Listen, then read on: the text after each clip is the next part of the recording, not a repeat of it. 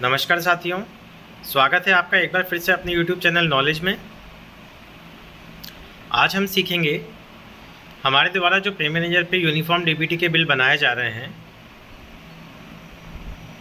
अधिकांशतः वह अब ECS होने लग गए हैं। लेकिन उसमें एक समस्या आ रही है कि बिल ECS होने के बाद भी कुछ बच्चों के अकाउंट रिजेक्ट हो गए हैं, जिन्हें यूनिफॉर्म का भुगतान नहीं हो पाया है।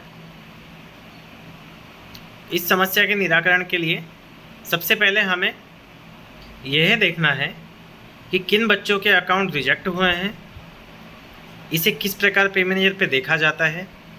आइए प्रोसेस स्टार्ट करते हैं। ये पे मैनेजर का होम पेज हमारे सामने खुल गया है। यहाँ हमें एक रिपोर्ट बटन दिख रहा है ऑथराइजेशन के पास। सबसे पहले हमें स्क्रॉल करते हुए DDO रिपोर्ट्स पे जाना है, उसके बाद बैंक रिलेटेड रिपोर्ट्स पे जाना है। उसके बाद हमें नीचे एक ऑप्शन दिख रहा है डे वाइज रिजेक्शन ट्रांजेक्शंस, इस पर क्लिक करेंगे। Day wise rejected transaction report office wise में हमें दो ऑप्शन दिख रहे हैं, फ्रॉम डेट टू डेट। जिस तारीख से हमने बिल बनाए हैं यूनिफॉर्म डीबीटी के, वो तारीख हम चूज़ कर लेते हैं।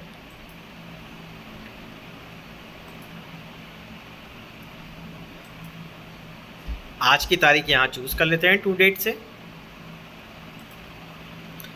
इसके बाद शो रिपोर्ट पे क्लिक करते हैं।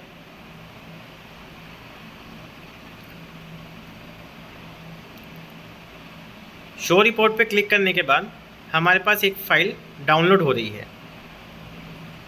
वो डाउनलोड हो चुकी है। आइए उसे ओपन करते हैं।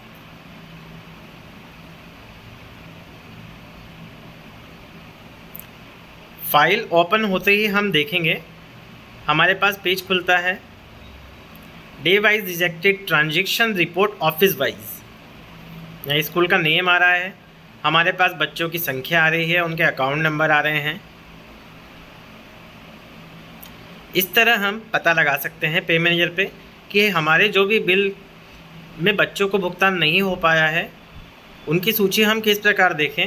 यहाँ हमारे सामने लिस्ट शो हो गई है।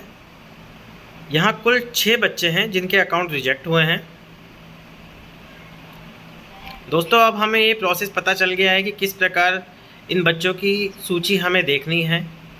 लेकिन एक प्रॉब्लम और है कि इन बच्चों को दोबारा पेमेंट किस प्रकार किया जाए, ये सबसे बड़ी समस्या है। इस समस्या के सॉल्यूशन के लिए हमें वापस से पे मैनेजर पे चलना होगा और प्रोसेस स्टार्ट करनी होगी।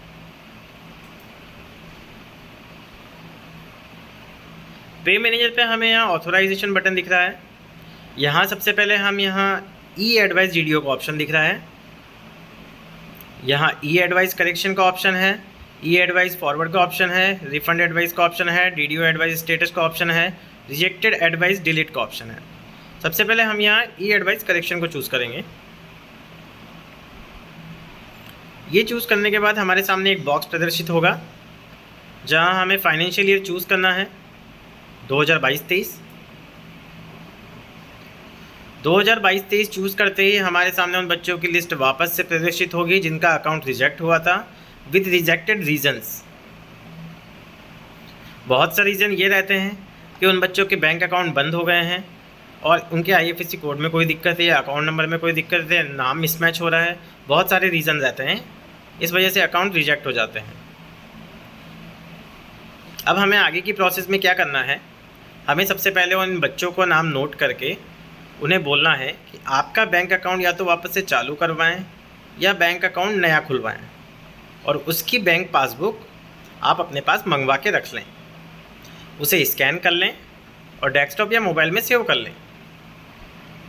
या आप इसके अलावा अगर ये भी ऑप्शन नहीं हो तो उनके माता या पिता दोनों में से किसी के भी अकाउंट की कॉपी आप मंगवा सकते हैं, लेकिन वो चालू अवस्था में होना चाहिए। मान लीजिए हमारे पास इस बच्चे की बैंक पासबुक आ गई है, इसलिए हमें यहाँ सबसे पहले आगे की प्रोसेस में एडिट बटन पे क्लिक करना है। एडिट बटन पे क्लिक करने के बाद हमें पास इस बच्चे की डिटेल प्रदर्शित होगी जो हमने यहाँ फीड करी थी पहले। मतलब ऑटोमेटिक जनाधार से लिंक अकाउंट की हमारे पास डिटेल प्रदर्शित हो गई है, जिसमें हमने बच्चे का खाता खाते में पैसा डालने की प्रोसेस स्टार्ट की थी, लेकिन वो अकाउंट रिजेक्ट होने की वजह से अब हमें वापस से दोबारा प्रोसेस करनी पड़ रही है। इस बच्चे ने अपने पापा की बैंक पासबुक उपलब्ध करवाई है, तो हम उसका नाम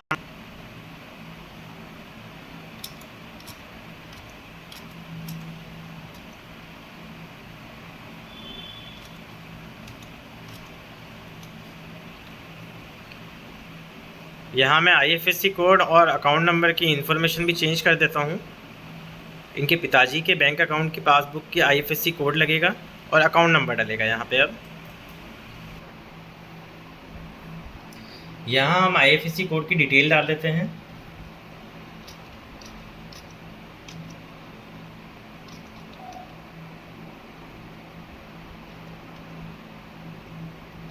इसके बाद अकाउंट नंबर की डिटेल चेंज कर देते हैं।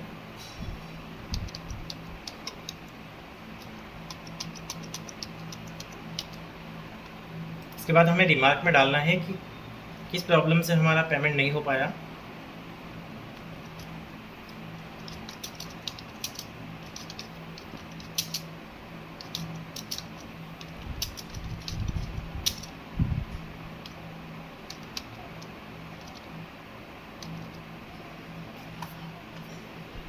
अब यहाँ हम चूज़ फाइल पे क्लिक करेंगे।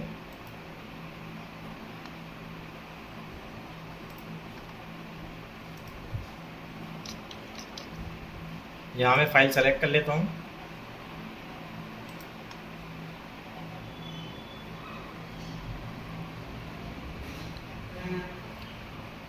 इसके बाद मैं यहाँ अपडेट डाटा पे क्लिक करूँगा।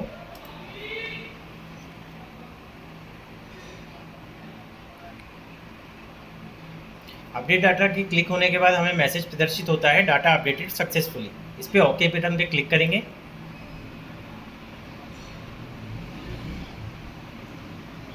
इसके बाद यहाँ से कैंसिल बटन पे क्लिक करेंगे। कैंसिल बटन पे क्लिक करने के बाद आप देखेंगे यहाँ से उस बच्चे का नाम हट चुका है। अब हमारे पास सिर्फ 5 बच्चे ही शेष रह गए हैं। इसके बाद हमें प्रोसेस करनी है।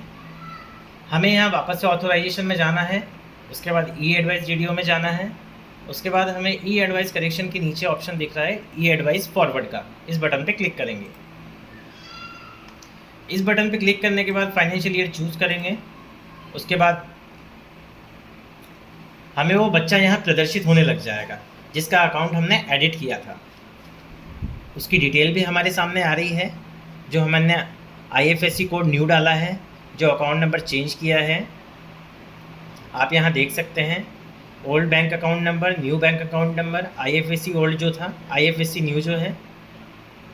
अब हमें यहाँ एक डायलॉग बॉक्स दिख रहा है, इस पर क्लिक करेंगे।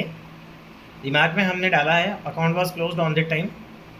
इसके बाद हमें दो ऑप्शन दिख रहे हैं, फॉरवर्ड या डिलीट। यहाँ से हम इसे डिलीट भी कर सकते हैं और वापस डिलीट बटन पे क्लिक करने के बाद ये वापस उसी जगह चला जाएगा जहाँ से हमने इसे एडिट किया था। लेकिन हम यहाँ पे फॉरवर्ड बटन पे क्लिक करते हैं। फॉरवर्ड बटन पे क्लिक करने के बाद हमारे सामने एक मैसेज प्रदर्शित होगा,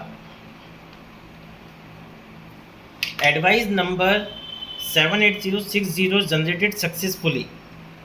इसका मतलब ये है, सबसे पहले हमें इस नंबर को एक कागज़ पे लिख लेना है पेन से। मैं लिख लेता हूँ इसे। उसके बाद हमें यहाँ ओके बटन पे क्लिक करना है। ओके बटन पे क्लिक करते ही हमें यहाँ ई एडवाइस फॉरवर्ड में वो बच्चा यहाँ से गायब हो चुका है।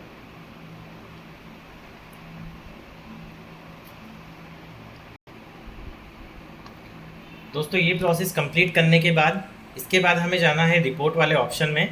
रिपोर्ट वाले ऑप्शन में जाके हमें बहुत सारे ऑप्शन दिख रहे हैं।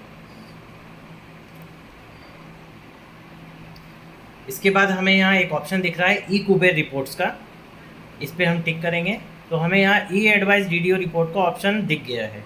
इस पर हमें सबसे पहले क्लिक करना है। इस पर क्लिक करने के बाद ये हमसे मांग रहा है एंटर एडवाइस नंबर। ये वह एडवाइस नंबर है जो हमारे पास उस टाइम हमने पेन से नोट किया था, उसे हम यहाँ फिल कर देते हैं। इसके बाद हम यहाँ सबमिट बटन पे क्लिक करेंगे। जैसे ही हम सबमिट बटन पे क्लिक करते हैं, नीचे एक PDF फाइल हमारे पास डाउनलोड हो रही है, उसे मैं ओपन कर लेता हूँ।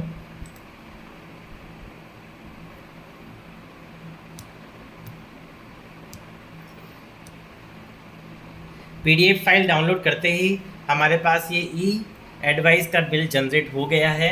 आप देख सकते हैं हमने यहाँ फादर नेम चेंज किया था, सारी डिटेल उसकी आ गई है, वही अमाउंट आ गया है, रिमार्क आ गया है।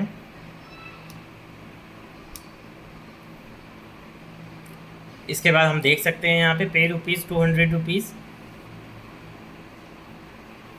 इस तरह हमारे इस बिल की पूरी प्रोसेस तैयार हो चुकी है। अब आप लोगों को सिर्फ ये करना है, इसका प्रिंट निकालना है, आपके जो भी कोष कार्यालय है उसकी मेल आईडी पे इसको फॉरवर्ड कर देना है, मेल कर देना है। ये प्रक्रिया करने के बाद हमें इसकी प्रिंट आउट को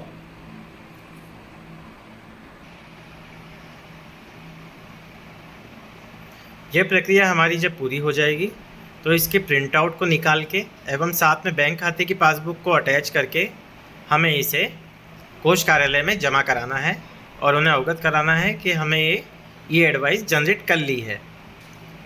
दोस्तों, अगर आपको इस वीडियो में किसी भी प्रकार की समस्या हो तो आप मुझे कमेंट बॉक्स में बता सकते हैं। अगर आप लोगों को ये वीडियो पसंद आया हो तो इसे लाइक करें, सब्सक्राइब करें एंड शेयर करना बिल्कुल ना भूलें। प्लीज़ सब्सक्राइब ज़रूर करें चैनल को अगर आपको ये वीडियो पसंद आया हो। Thank you so much.